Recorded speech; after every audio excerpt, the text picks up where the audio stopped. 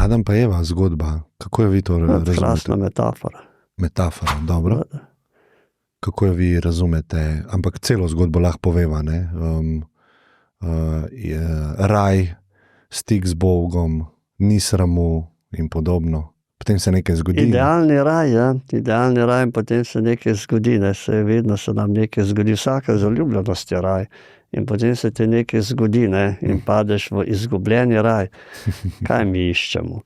To je ta tragika biti človek in sreča biti človek, ne.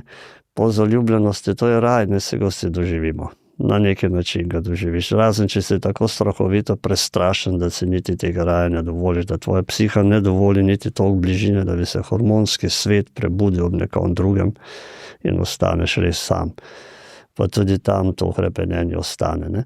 Sicer pa po tej zaljubljenosti naenkrat spoznaš, da iščeš v bistvu izgubljeno. Izgubljeni raj